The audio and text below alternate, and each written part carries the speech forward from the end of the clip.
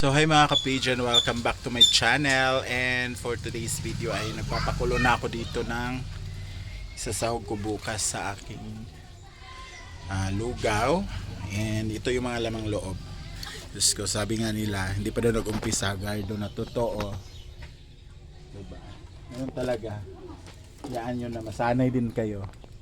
So pinapakuluan ko na siya dahil kailangan malambot talaga yung mga lamang loob na ilalagay natin para hindi mahirapan yung customer na magmuya. So ito siya, yan yung chicken, ihiwalay ko siya mamaya. Papakuluan ko na rin siya kasi kahit plain yung ano natin, kailangan may chicken pa rin kasi mga estudyante yung kakain at saka mga teacher, mga driver. So kailangan kahit mura, at least masarap pa rin siya and hindi tinipid ng sahog. And ngayon naman ay mag-prepare din ako ng mga gagamitin kong pang gisa bukas, like sibuyas, luya, bawang. So tara, anuhin na natin, gawin na natin habang may araw pa. So ayun na nga guys, nag-prepare na tayo ng mga lamas or yung pang sahog natin tomorrow. So nahiwa na natin yung sibuyas, yung bawang at saka yung luya. Napansin niyo mas marami yung luya kasi nga ito yung nagpapa-enhance ng flavor of lugaw. And ngayon naman ay dahil may mga side dish tayong ilalagay, so naghiwa na rin ako ng onion leeks dahil yan yung pang garnish ba. And of course hihiwain din natin to, and ito ilalaga ko siya mga ano na siguro mga morning na kasi pangit pag ngayong gabi ko siya ilaga. And yung malagkit natin at saka bigas, ibababad ko na siya later para mas mabilis siyang ang tawag ito, mag-soften. Tapos nagpapakulo na rin ako doon ng chicken kasi may lambot na yung mga ano ko karning loob na lamang loob. So mamaya ihiwain ko siya bago ko siya ulit ipapakuluan para mas ano talaga, maglabas talaga yung lambot niya kasi nga gusto ko yung mga ano na-satisfy sa lasa ng aking lugaw tomorrow. So, dami nagsabi nga na haggard na nga, hindi pa nag-umpisa. Totoo yun. Hindi ko i-deny yun. Kasi nga this is my first time to handle a small business.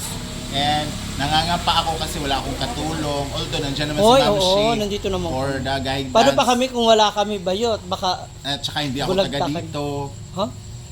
Diba, hindi ko talaga lugar to. So ako parang naman, parang ano ba, parang nangangapa pa ako, pero marami namang na gusto na matikman tomorrow, and I hope that it's talaga magustuhan nila. Magustuhan nila para naman magtuloy-tuloy tayo kasi pag hindi, Diyos ko, anong gagawin ko dyan sa mga nabili kong mga kaldero, mga ano to, dadalhin ko sa amin or anong gagawin, benta ko kay Ma'am Shi. So kailangan magtuloy-tuloy yung negosyo para Tuloy-tuloy yan. Kung grabe ka naman, wala ka agad. Tuloy-tuloy yan. Sana nga. Yes. Kasi hindi naman kasi natin yung Tsaka may mga season talaga na wala. Kahit kami Gwen may mga time talaga Oo. Dapat paghandaan na rin natin yan. And of course, nagbigay nitong negosyo na to, Ate A, thank you so much. Yes. Hindi naman to siya bigay, parang Mami pahiram siya, pero grabe ang support niya. Gusto na naman niya akong padalhan daw. Kasi baka may mga kulang na, pero ako na lang po yung nag-decline. It's because yung hiya na po talaga ako, and may mga tumutulong naman na ayaw magpabanggit. So, and of course tomorrow may mga pasabog daw na hindi ko alam, pero sina Ate A, Mami B, WXYZ, ganun. So, salamat talaga sa support, especially kay Maring Ivy and Paring Neil, kasi sila talaga yung na-open na para ma-open ko din tong business. And of course, Ma'am Shi G for allowing me to stay with her. So, hindi malaking braso. Hoy, pinagtimpla kita ng kape mo, ho? Day? Ano ba? Basta salamat dahil binigyan niya ako ng pwesto doon. Ang ganda kayo ng kulay ko, gray. As always. And nakabili na tayo ng uling guys, tsaka kahoy para bukas, mga ganitong oras siguro mag-umpisa na tayo kasi mahirap maabutan tayo ng mga estudyante dito nakabulag. So dito kami matutulog later sa mga binili namin. So, anuhin ko lang to, mamaya ipapakita ko rin kung paano ko hiwain yung mga karne. So thank you so much. See you later. So ito na yung pinakuluan kong chicken. So hindi pa siya masyadong luto. Kailangan kasi himayin ko pa yan ng maliliit. Gawin ko siyang strip para pansahog natin sa lugaw. Yan, pang garnish na rin. Oo. May sahog na, may pang garnish pa.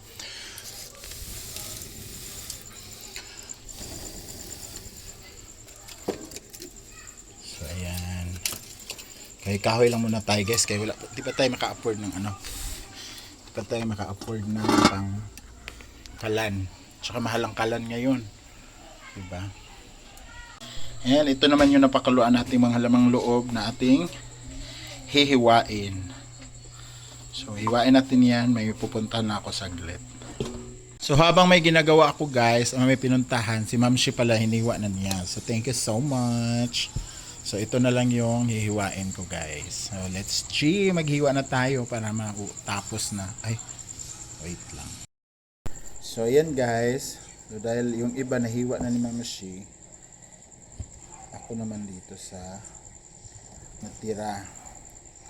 Dahil kailangan matapos natin ito kasi nga syempre matutulog pa tayo, pero dito na kami matulog guys sa tindahan na para bukas hindi na kami masagabal pa sa punta dito,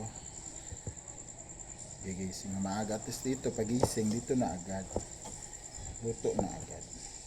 Kailan kasi maaga guys kasi nga first day of school, pero bukas lang naman yung maaga. Next day kahit mga alas 7, alas 6. Pero kay Ma'am Shi kasi may tauhan siya kaya maaga yung kulang pa siya ng tauhan kaya dapat maaga din siya. Kasi kung hindi, kawawa yung natira dito, tambakan ng trabaho. So yung iba guys nagsabi na atay daw ng manok. Pag atay kasi ng manok guys, mabilis siyang tawag nito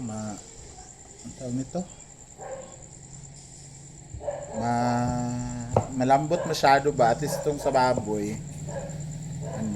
matigas, kaya kahit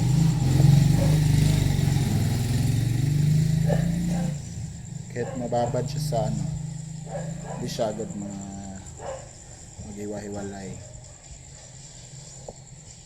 tulad nito be. Malasa na siya.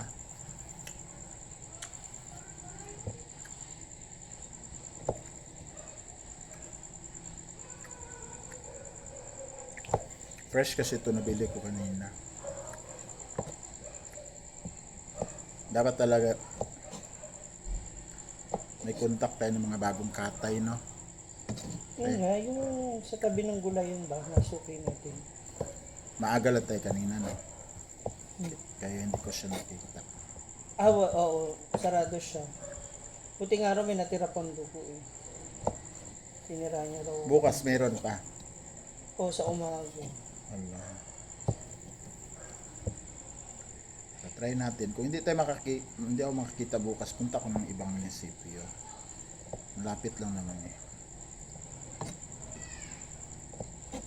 Sa sama pa sa costing yung pamasahe. So tapusin ko lang to guys ha.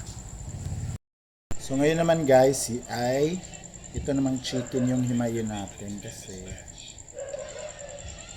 kailangan himay-himay para hindi tayo lugi. Kailangan walang buto. Okay. Ano man tayo nito. Matinik yung mga estudyante. Kailangan himayin natin. Ganon.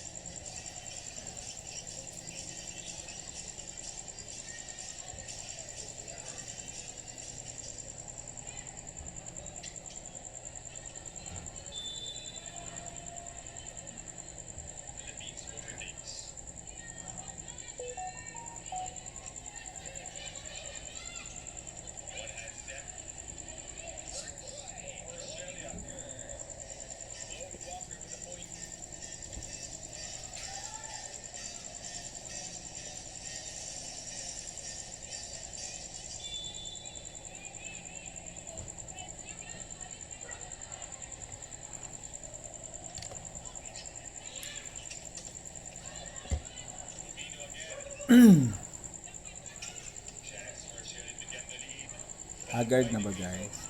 Hayaan nyo na. Masanay na kayo.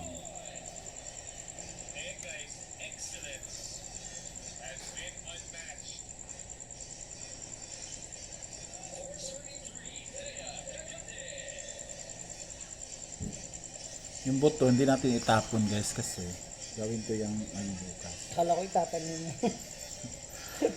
Gagawin natin Tatanim Safe. natin para medyo pang sabaw na para mas malinamnam. totoo.